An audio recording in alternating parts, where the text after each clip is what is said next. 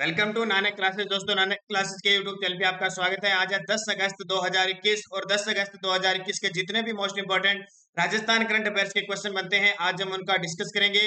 पूरा वीडियो ध्यान से देखना और लास्ट में मैं आपसे क्वेश्चन पूछूंगा जिनके जवाब आपको कमेंट बॉक्स में देने। दोस्तों, वीडियो अच्छा लगे लाइक कर देना, शेयर कर देना। अगर आप चैनल पे नए हैं तो इसको सब्सक्राइब कर लेना और इसके पास लगे बेल आइकन के घंटे को दबा लेना ताकि जो भी वीडियो अपलोड हो आप तक उसका नोटिफिकेशन पहुंच सके। तो राजस्थान करंट अफेयर्स के 10 अगस्त 2021 की आज क्लास की शुरुआत की जा रही है। सभी विद्यार्थियों को गुड मॉर्निंग। सुबह के इस पावन सावन महीने की, क्योंकि अब त्योहारों का आगमन होने जा रहा है कल से सावन तीज से, तो अब त्योहारों के आगमन के साथ हम अपनी शिक्षण विधि है, शिक्षा की प्रक्रिया है, अध्ययन को हम लगातार जारी रखें और स्टार्ट करते हैं टुडे मोस्ट इंपॉर्टेंट क्वेश्चन आज की चर्चा करने जा रहे हैं। तो जल्दी से वीडियो को शेयर कर दो, लाइक कर दो और अगर चैनल पे नए हैं तो इसको सब्सक्राइब कर लो। पहला क्वेश्चन देखिए, टोक्यो ओलंपिक में भारत को कौन सा पदक मिला है? तो हाल ही में टोक्यो कहाँ पे है? जापान के अंदर है और ओलंपिक का समापन हो चुका है सफलतापूर्वक। बहुत बड़ी बात है कि कोरोना काल में ये टोक्यो ओलंपिक 2020 में होना था, लेकिन 2020 में नहीं हुआ, रद्द होते होते 2021 में हो ही गया और अब इसका सफलतापूर्वक समापन हो चुका है।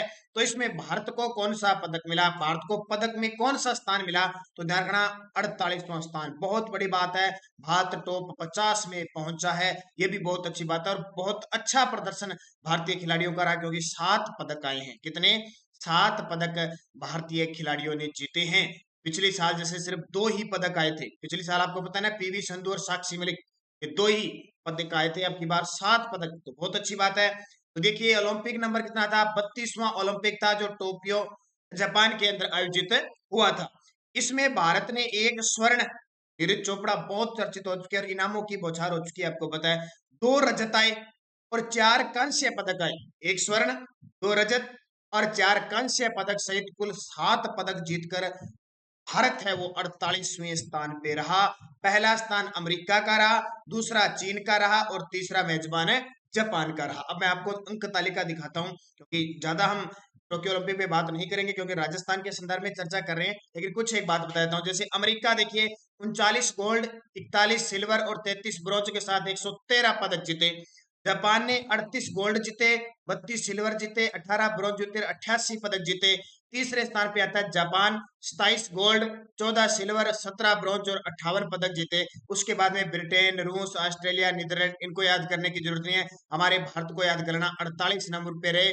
पहले 1 गोल्ड जीते, 2 सिल्वर जीता, 4 ब्रॉन्ज जीते और कुल 7 पदक जीते। अब पेपर में क्या आएगा? ये 1 2 4 7 ये सारे आएंगे और पदक नंबर पे कौन रहा? 48 नंबर पे रहा।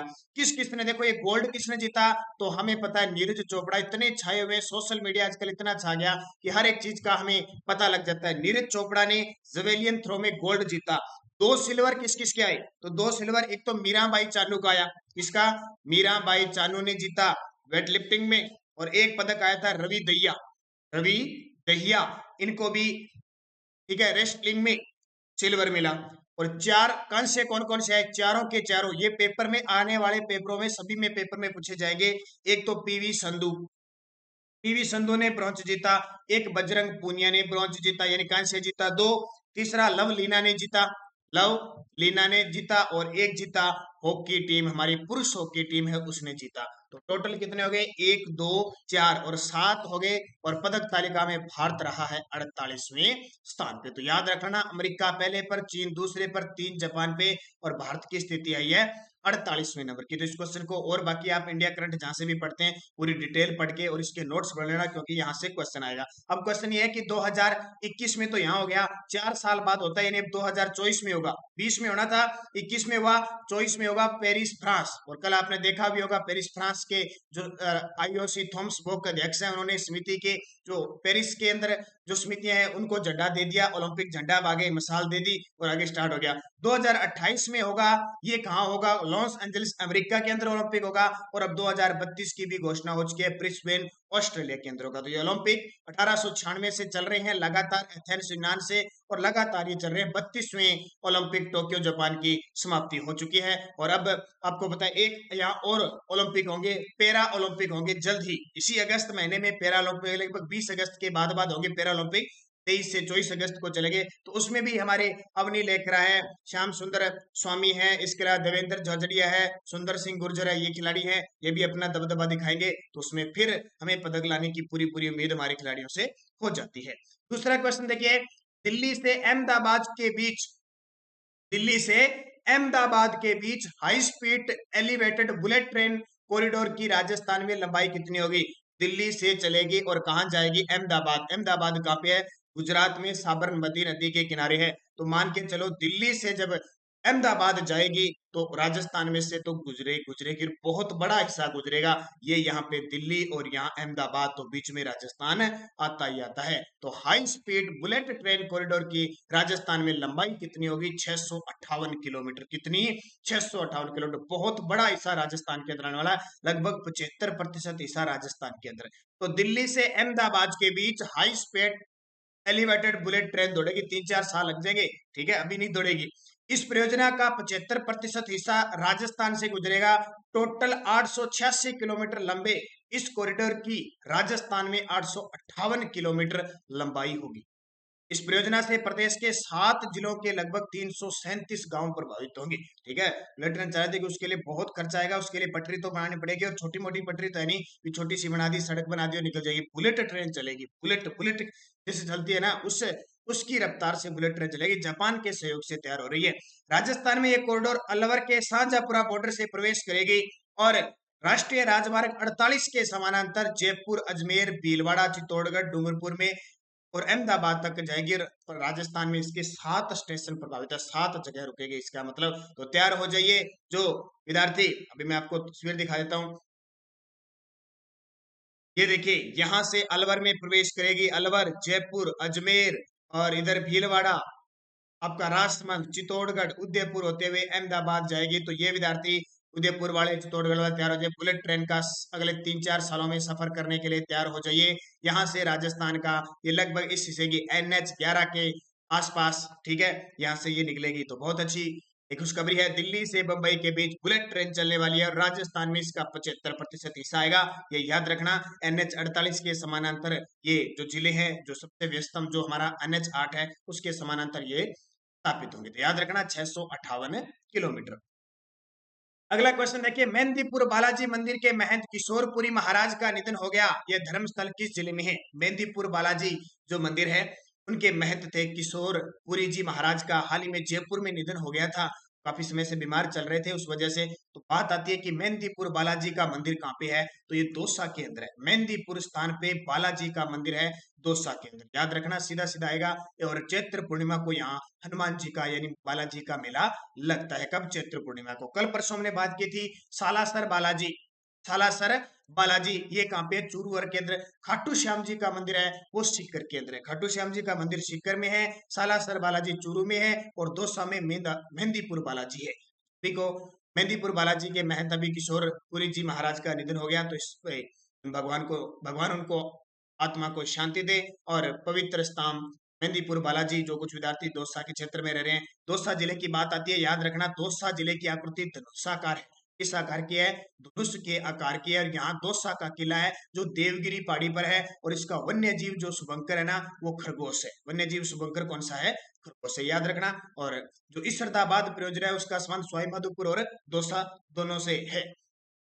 चौथा क्वेश्चन देखिए, 9 अगस्त को विश्व आदिवासी दिवस मनाया गया। एक तो ये याद रखना, विश्व आदिवासी दिवस कब बनाया गया? 9 अगस्त को। और राजस्थान में खास इसकी पहचान रही। 9 अगस्त को आदिवासी दिवस पर जैन मिनेस आदिवासी विश्वविद्यालय का शिलान्यास मुख्यमंत्री द्वारा किस जिले में किया गया?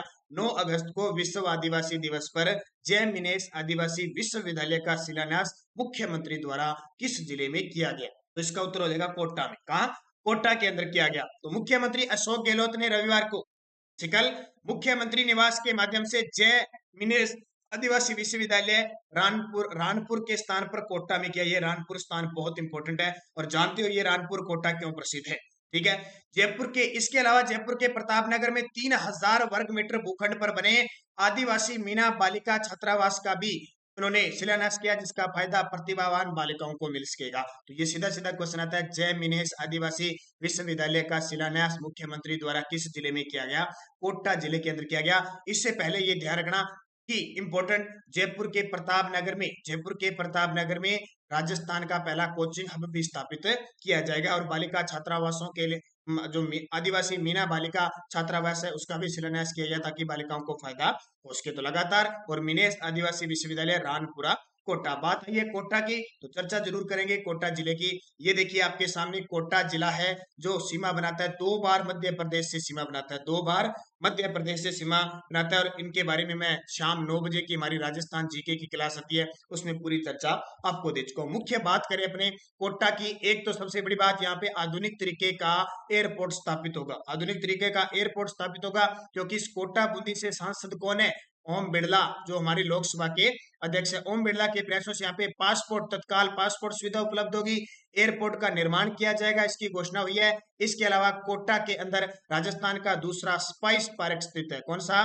दूसरा स्पाइस पार्क स्थित है। इसके अलावा कोटा की बात करें तो राजस्थान का सबसे बड़ा चंबल साहित्य घाट बनेगा और कोटा में ही चंबल नदी पर सबसे बड़ा पुल का निर्माण किया जाएगा। इतनी चीजें आपको याद रखनी है। इसके अलावा सुपोषित माँ अभियान की शुरुआत, सुपोषित माँ अभियान की शुरुआत भी कहां से हुई थी? कोटा से हुई थी। अभी हाल ही में ओम बिरला के प्रयासों से कोटा क्षेत्र में जितने भी अनाथ बच्चे हुए हैं कोरोना की वजह से उन्हें निःशुल्क शिक्षा प्रदान की जाएगी, चाहे कोचिंग संस्थान की तरफ से हो चाहे स्कूलों की तरफ से, कोई भी संस्थान किसी भी प्रकार से, तो उनके प्रयासों से इस काम को दिया गया। तो ये बहुत अच्छी बात है। कोटा क्षेत्र में बहुत ज्यादा विकास हो रहा है। पहला ट्रैफिक सिटी घोषित भी, यानी ट्रैफिक फ्री सिटी भी कौन सी होगी? कोटा के अंदर चंबल नदी है। इसके अलावा कोटा की बात करें तो यहाँ पे कोटा क्षेत्र के अंदर जो चंबल नदी है उस पे बांध बना हुआ है, जवाहर सागर बांध और कोटा बैराज बांध। बहुत सारी चीजें कोटा के क्षेत्र से इंपॉर्टेंट है तो इस चीज को याद रखना, पेपर में पूछा जाता है।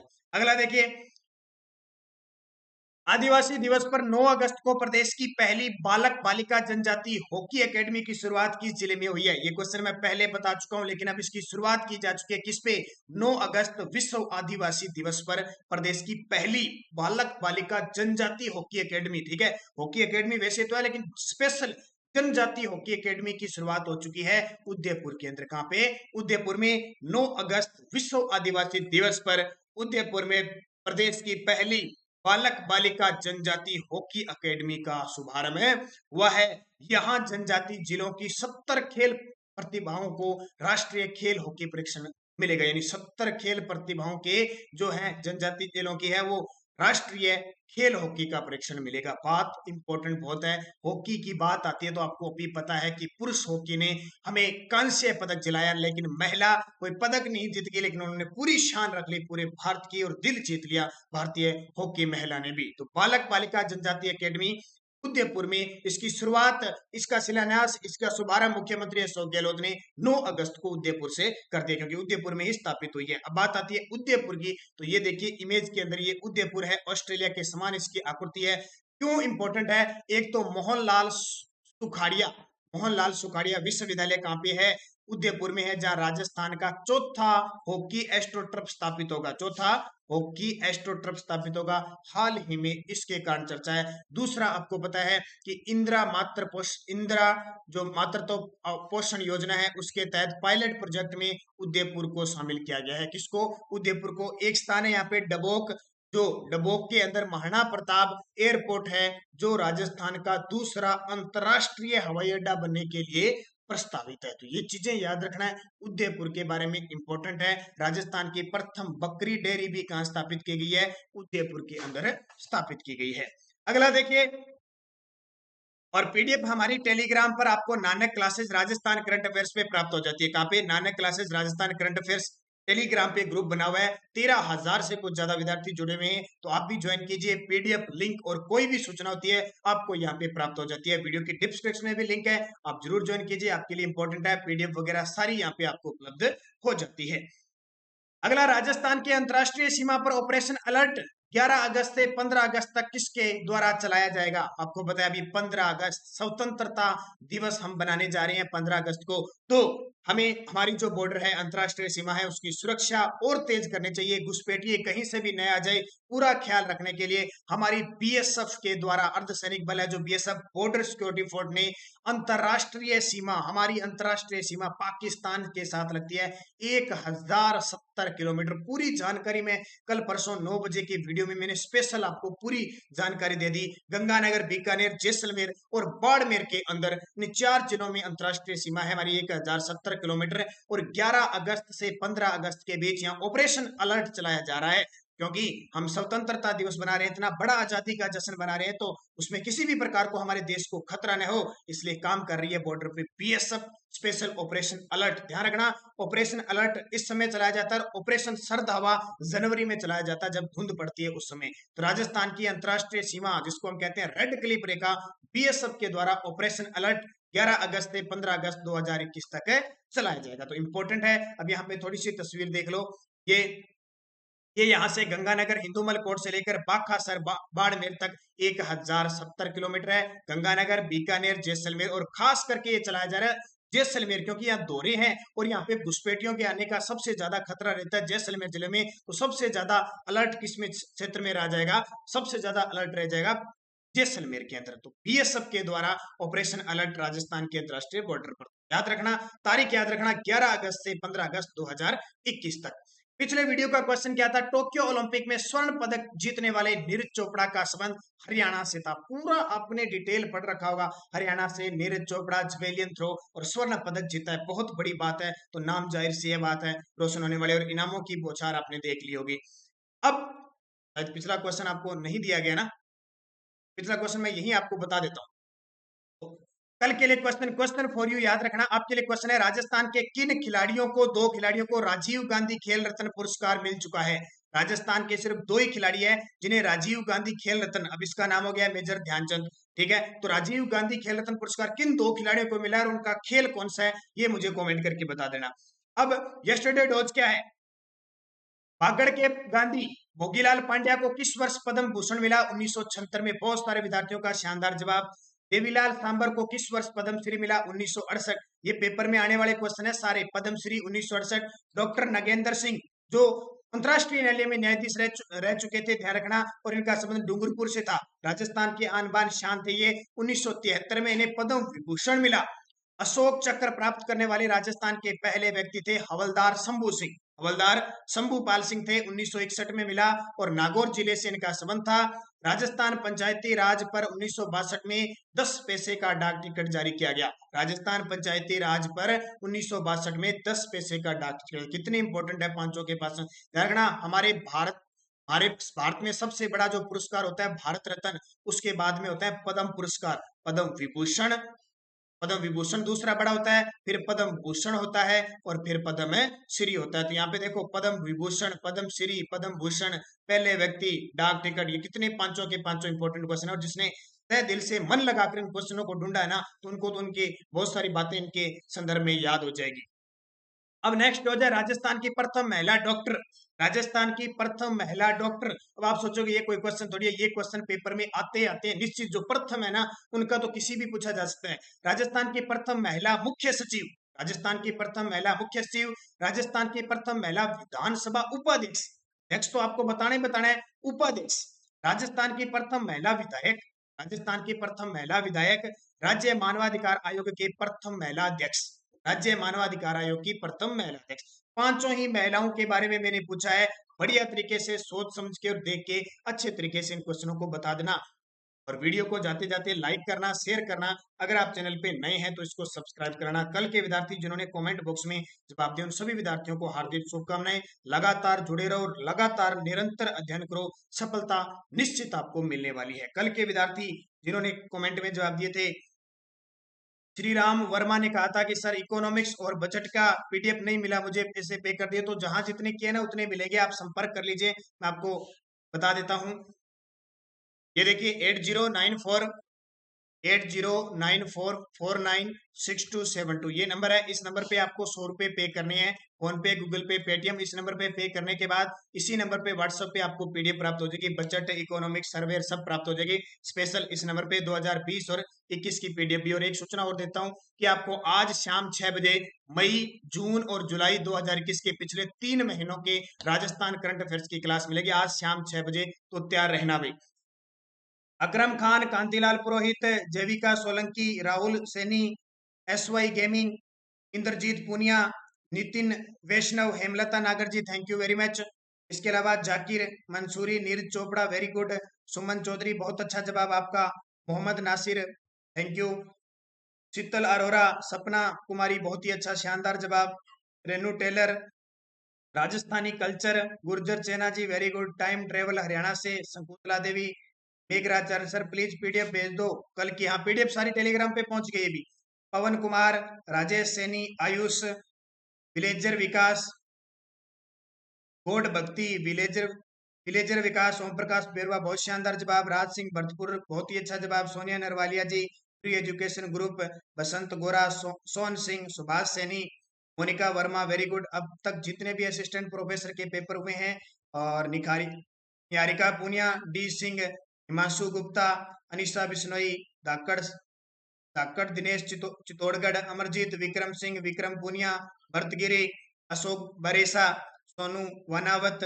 भारती, बुद्धराम बिश्नोई बेनीवाल, भूर सिंह कटारिया 200 से बहुत ही शानदार स्वागत है आपका भूर सिंह कटारिया जी, आपकी शानदार जवाब होती है, लगातार हमारे साथ आप जुड़े हुए हैं, आपका स्नेह आपका आशीर्वाद आपका प्यार हमारे साथ हमेशा बना रहे। Deepika Kala thank you most welcome, Dhakad Dinesh Chittorgarh very good, Asha Teli, Dinesh Kumar Sutar ji बहुत बहुत आपका भी अभिनंदन स्वागत है, सुनीता कौर बहुत अच्छा जवाब, सब इंस्पेक्टर अशोक कांतिवाल जय भीम, जय संविधान जय भीम आपको भी, राजगोला शुभ कृष्णा राधे राधे, इसके अलावा सुमन चौधरी, निहारिका, डॉक्टर निरिमा आले, पुखराज पुनावत जी, राम प्रसाद मीणा जी, मनीषा बिश्नोई, सुमनदीप कौर, पूजा कुमारी, रुकमा कुमारी, जितने भी विद्यार्थी कमेंट में जवाब देते हैं, जो ऑफलाइन मुझे कमेंट में जवाब मिलते हैं, उन सभी को हार्दिक शुभकामनाएं, सभी विद्यार्थियों को हार्दिक तहे दिल से, मैं किसी का नाम प्रत्यक्ष अप्रत्यक्ष रूप से न ले पाऊं तो भी मेरी तरफ से सभी विद्यार्थियों को हार्दिक शुभकामनाएं। धन्यवाद दोस्तों, वीडियो को जाते जाते लाइक शेयर करना। जय हिंद जय भारत।